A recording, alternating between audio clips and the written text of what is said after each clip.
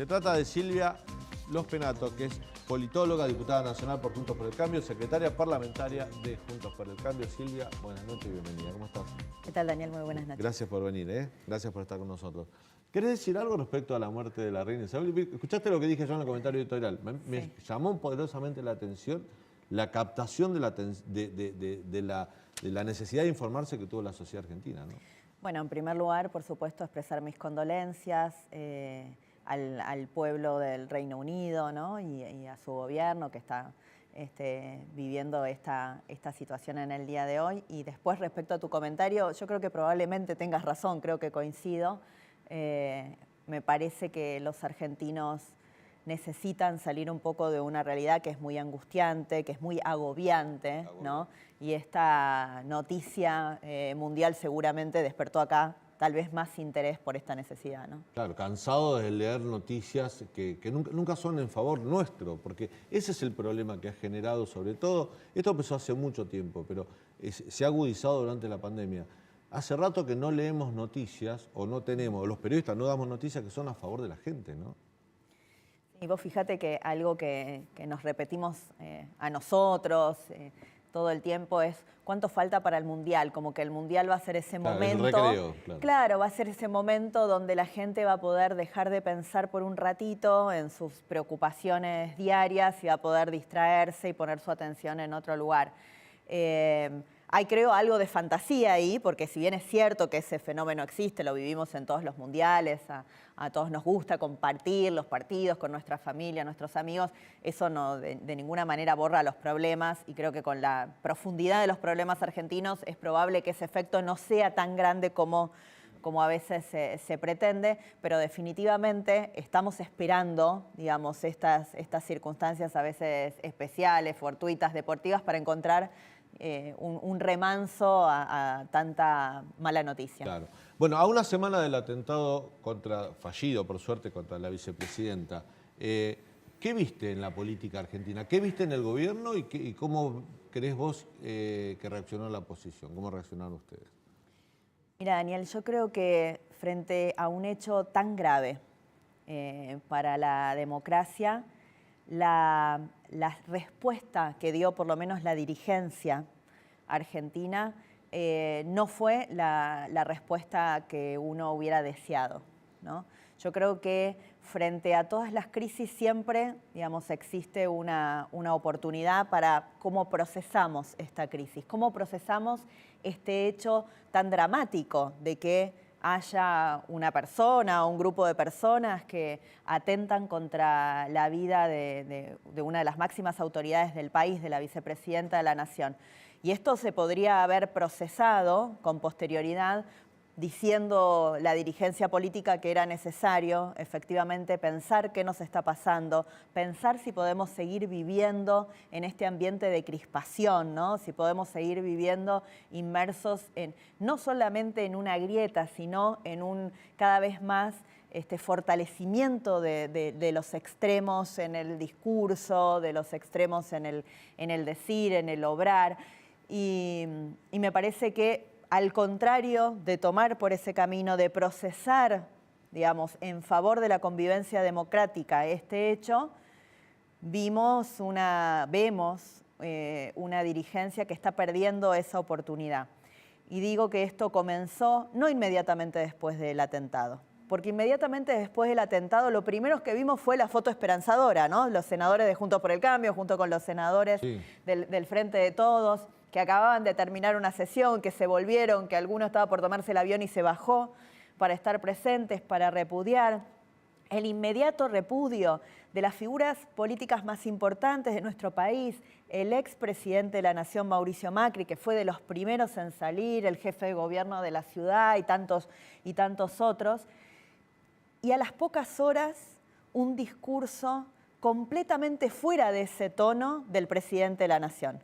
Un discurso en el cual asignaba culpables, digamos, algo que está exclusivamente restringido, digamos, a la justicia, asignaba culpables y además elegía que esos culpables eran la prensa, los medios, la justicia y la oposición, ¿no? Además, era una asignación de culpables absolutamente sesgada en beneficio de un relato que lo que hacía era hacerse de un hecho gravísimo en favor de una posición partidaria. ¿Vos creés que el gobierno o el Frente de Todos intentó utilizar el atentado contra Cristina para meterle presión a los fiscales y a los jueces que están investigándola, jugándola a la causa de vialidad? Pero lo han dicho con todas Mayán las lo letras. dijo, Mayán lo puso como de manera extorsiva. Sí. Quieren paz social, bajen el juicio. Sí, Mayán tradujo el famoso "si se meten con Cristina, que quilombo se va a armar", Claro. que venían cantando, Claro. que venían escribiendo. Yo recuerdo hace menos de un mes, pintadas, señores jueces, si se meten con Cristina, que quilombo se va a armar. Digo, la amenaza estaba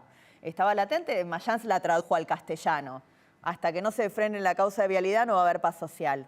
Tremendo, digamos, extorsivo, como vos decís. Pero más allá de esa manifestación, creo que la conferencia del presidente de la Nación, a poquitas horas empezó a cambiar ese clima, digamos, que en un primer momento la reacción espontánea, genuina de toda la dirigencia política había sido, por supuesto, repudiar y solidarizarse, ¿no? Claro. Y pedir justicia. Y me parece que arranca por ahí. Y después continúa con mensajes de distintos funcionarios públicos, ministros del gobierno, con una plaza que en lugar de ser la plaza que hemos visto en otras épocas de la Argentina, duras, donde toda la dirigencia, digamos, se paró para reivindicar la democracia, se paró para, repudiar el atentado de Alfonsín, toda la dirigencia, sin asignar culpables, buscando una salida por arriba.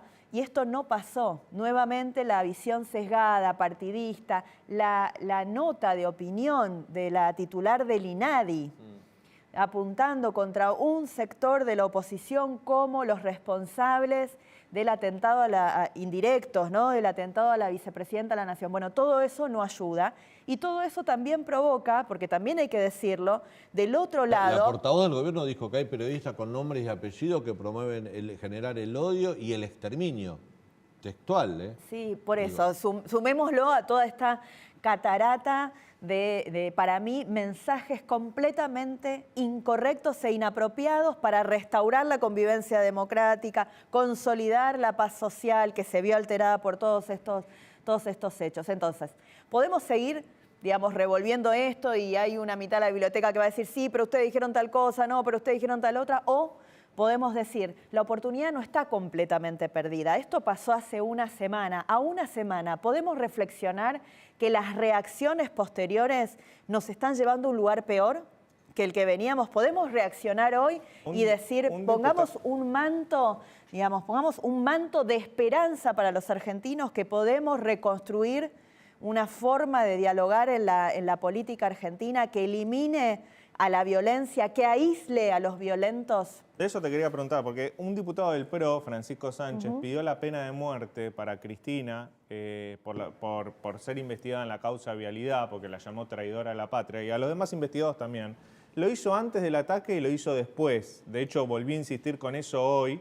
Fue denunciado penalmente por un dirigente neuquino por instigación a la violencia. ¿No te parece que ese mensaje del diputado Sánchez también es un mensaje inapropiado e incorrecto? Sí, definitivamente, por varios motivos. El primero es, y esto no es una posición personal, es una posición de todo el bloque PRO, nosotros creemos... La mesa de Juntos por el Cambio inmediatamente salió a desautorizar eso, ¿no? Ahora, hace muy pocas horas recibimos una nota del presidente del Frente para la Victoria.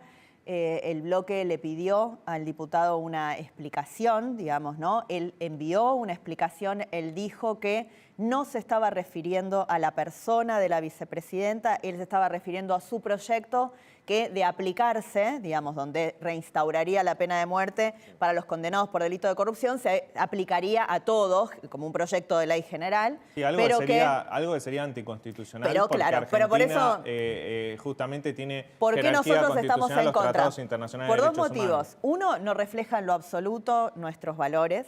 Y en segundo lugar, es absolutamente inconstitucional la pena de muerte en la Argentina. Digamos, no forma parte de nuestro marco constitucional y además desde la incorporación de los tratados de derechos humanos que forman parte de nuestra Constitución, esto está absolutamente prohibido. Solamente, digamos, con una reforma constitucional, pero que además rechazara a la Argentina, denunciara, es la palabra correcta, los tratados de derechos humanos que ha firmado, podría instaurarse semejante ley. Con lo cual es inconstitucional, pero lo más importante para mí es que no refleja, digamos, nuestros valores. Pero no creemos en eso. Tiene un significado político, perdón Silvia, que tiene que ver con que este tema de los extremos, de las grietas, de las posiciones tan enconadas que hay en la sociedad, el kirchnerismo las sabe representar diciendo las barbaridades que dice a veces, como vos acabas de nombrar alguna, y del otro lado a veces se suben a ese extremo. La aparición en la escena política de Javier Milei con un discurso extremo que te llega a decir hay que bombardear el Banco Central, se pueden vender los órganos, cosas totalmente extremas, que tienen su público, de alguna manera deja Juntos por el Cambio mirando diciendo, bueno, si yo no me pongo extremo, pierdo votos. Digo, le ha generado cierta tensión e incomodidad, ¿no? Quisiera solamente terminar, porque no terminé de contar, que el diputado Sánchez envió una carta al bloque donde hace esta aclaración. Primero, que él estaba presentando un proyecto no referido a una persona, sino que era en términos generales, pero que entendía, digamos, que este proyecto no debía continuar y, digamos, iba a dejar de impulsar esa iniciativa que él mismo había presentado y que además la había presentado obviamente a título personal. Y en este sentido también tengo que decir que en nuestro bloque nosotros, cada uno de los diputados presenta a título personal el proyecto que quiere y tiene a título personal la opinión que quiere, que en muchos casos, como es este caso, no es compartida claramente por la totalidad del bloque. Así, eso simplemente para terminar. Y respecto a lo que vos señalabas, Daniel, creo que sí, que esto es parte de lo que estamos viviendo, pero yo me pregunto a cuántas personas representa esto, porque yo tengo la sensación, tal vez me equivoco, que hay probablemente una minoría intensa en cada uno de los extremos, pero 46 de los 47 millones, 46 y medio de los 47 millones están cansados, no quieren vivir en la crispación permanente, valoran, digamos, la moderación, viven de otra manera, digamos, no quieren estar inmersos en esto. Entonces, la política se tensiona. Y sí, a veces el rédito, lo que da rating, lo que te da likes en las redes, son las opiniones más extremas, las que más consolidan algún sector de los votantes de un lado y del otro, y probablemente tenga menos rating, sea menos popular, tratar de ser moderado. Y a mí me gusta mucho una frase de Esteban Bullrich, que yo la repito, la dijo hace 2 o 3 años. Él dijo, en la Argentina hay que tener mucho coraje para ser moderado. Y yo creo que la dirigencia política, digamos, tenemos que llamarnos a nosotros mismos a tener el coraje de ser moderados. Escalar una discusión es sencillo. Digamos, saber cómo desescalarla es muy complicado. Saber en qué punto es necesario ceder algo de tu posición para consensuar, para encontrar un punto común, es complicado, porque cuando uno cede algo de legitimidad deja en el camino, ¿no? La representatividad más fuerte, muy legítima, muy identitaria, te lleva a tomar posiciones donde a veces se ve como una pérdida si uno cede en una negociación. Pero así no podemos vivir.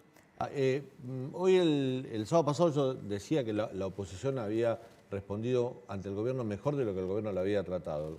48 horas antes los responsabilizaba de ser actores intelectuales, instigadores de lo que había sucedido en la Puerta de Casa Cristina, en el atentado. Sin embargo, los diputados dieron quórum y votaron una resolución de repudio. Pero hoy no fueron los senadores. ¿Sabes por qué no fueron los senadores? Porque ya lo habían hecho. Porque los senadores inmediatamente que sucedió el atentado contra la vicepresidenta fueron convocados al Senado y se reunieron, se sacaron esa foto demostrando, digamos, la unidad en el repudio y sacaron una declaración que es idéntica a la que nosotros aprobamos la semana pasada en la Cámara de Diputados. De hecho, el oficialismo había presentado otra declaración, una declaración que incluía un párrafo que hablaba del discurso del odio y que venía, digamos, a querer reafirmar esta construcción Lo que dijo el posterior. presidente, la primer proyecto de resolución que presentó Cecilia Morón, diputado, es básicamente lo que dijo el presidente el jueves a la noche. Exactamente, que es algo que nosotros claramente no compartimos, entonces nosotros pedimos, pero no solamente Juntos por el Cambio, con el resto de los bloques de la oposición, votar una resolución idéntica a la del Senado. Entonces, el Senado hoy no tenía ninguna razón de ser, volver a reunirse para votar lo mismo que habían votado ellos primero y que nosotros habíamos votado después el sábado. Y esto que vos señalás es muy importante. El sábado, cuando nos sentamos a votar después de que habían salido los tuits de Guado de Pedro, había dicho lo que había dicho el presidente, habíamos visto la plaza donde se seguía, digamos, acusando a la oposición. No me acuerdo si ya había estado el dibujo este de Telam del micrófono con el revólver o no. Fue el sábado a la mañana, pero, mientras sucedía la sesión. En ese clima y aún recibiendo de parte del oficialismo todos estos mensajes negativos, igual quisimos firmar la resolución, nosotros la votamos y después nos retiramos porque ese debate no lo convalidábamos, pero sí nos quedamos hasta que se aprobó la resolución, porque para nosotros el repudio y la solidaridad no tienen discusión, no tienen que formar parte de ninguna grieta política, de ninguna visión encontrada de la realidad. Pero todo lo demás sí lo discutimos y decimos no estamos de acuerdo, no es cierto, no fue la prensa, no fue la oposición. ¿Quiénes fueron? Lo tiene que determinar la justicia, investigar, juzgar y condenar. Pero no le corresponde ni al poder político, ni al Congreso, ni al presidente, ni a un ministro hacer esas determinaciones. Silvia, hubo otra arista que aparece en esta semana, que es no sé si se formalizó o no, la convocatoria al diálogo del ministro del Interior, Guado de Pedro. Dijo que lo iba a hacer, que había que bajar las tensiones para recomponer la convivencia democrática. Vos decías, citando a Esteban Burlich, hay que ser muy corajudo para ser moderado. Ser moderado a lo mejor también significa ser dialoguista. ¿Se puede dialogar con el gobierno? Yo creo que si perdemos la esperanza de que se pueda dialogar entre oficialismo y oposición, digamos, vamos a darle la peor señal a los argentinos, que están en sus casas, que están angustiados, que están preocupados, ¿no? No tenemos esa capacidad, no sé cómo nos podemos llamar dirigentes. Nosotros tenemos la obligación de siempre buscar el diálogo, pero el diálogo, por supuesto, que requiere condiciones de ambas partes. Es muy difícil sentarse en la mesa del que te está acusando de algo que claramente, digamos, es una acusación infundada, es una acusación ideológica. Entonces, si hay una convocatoria al diálogo, bueno, tiene que tener, digamos, algunas condiciones para que ese diálogo se pueda dar. La primera condición es la confianza. Vos no te sentás a hablar ni te sentás a negociar con nadie al que no le tenés confianza, porque si vos no creés en la palabra del otro, es difícil establecer, digamos, un acuerdo. Así que me parece que para que haya diálogo, primero hay que el gobierno tiene que retroceder en este camino que han iniciado ellos. O sea, esta amenaza a la sociedad tiene que desaparecer. Digamos, la justicia la tienen que dejar tranquila, los jueces tienen que poder investigar. Cuando sus partidarios dicen que le van a acomodar los dientes a Luciani, tienen que salir a repudiarlo y decir de ninguna manera.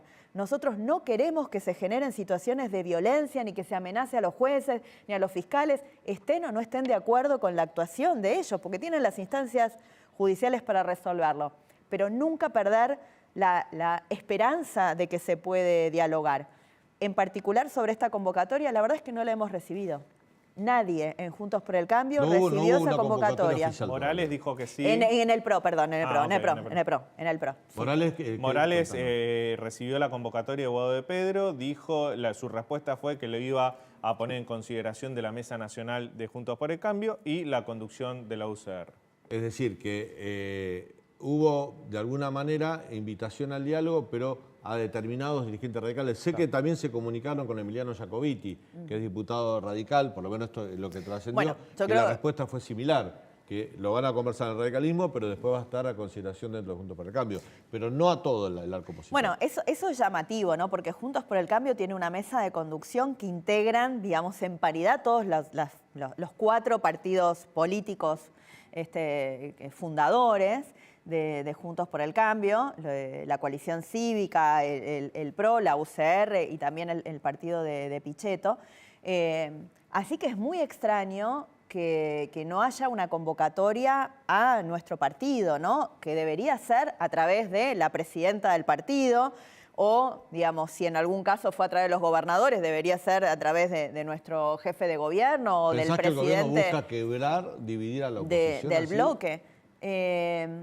No, pienso que están cometiendo un error de nuevo. Digo, si es una convocatoria del radicalismo, está muy bien que vayan vía el presidente del radicalismo. Si es una convocatoria a los jefes de bloque, bueno, en el caso de Jacobiti no es jefe de bloque, pero representa el bloque de Evolución, tal vez es así. Bueno, entonces esperaríamos nosotros que se comunicaran o con Patricia Burrich, presidenta del partido, o con Cristian Ritondo, presidente de bloque. Si no lo hacen, no sería una convocatoria Juntos por el Cambio, ¿no?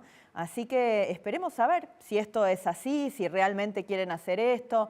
Ellos están realizando una misa el fin de semana. Bueno, veremos cuál es su actitud, si realmente hay una reflexión sobre cómo el gobierno, digamos, trató, cómo procesó esto, entendiendo que una situación muy grave como la que sucedió a los propios partidarios, seguramente que los afectó más todavía, ¿no? Pero bueno, me parece que tienen una responsabilidad política y la obligación de procesar esta crisis en favor de la convivencia democrática. Ojalá lo hagan, ojalá haya reflexión. Y yo creo que si hay reflexión, nuestra oposición siempre demostró ser republicana, digamos, democrática, dialoguista en el Congreso, donde tenemos que dialogar. Nosotros no hemos perdido nunca el diálogo. Muchas veces no nos ponemos de acuerdo y votamos diferente. Pero eso no quiere decir que no mantengamos un diálogo para ver si hay posibilidad de acercar posiciones. Silvia, gracias por tu presencia. Gracias a ustedes. Tenerte en el programa. Bueno, vamos a ir a un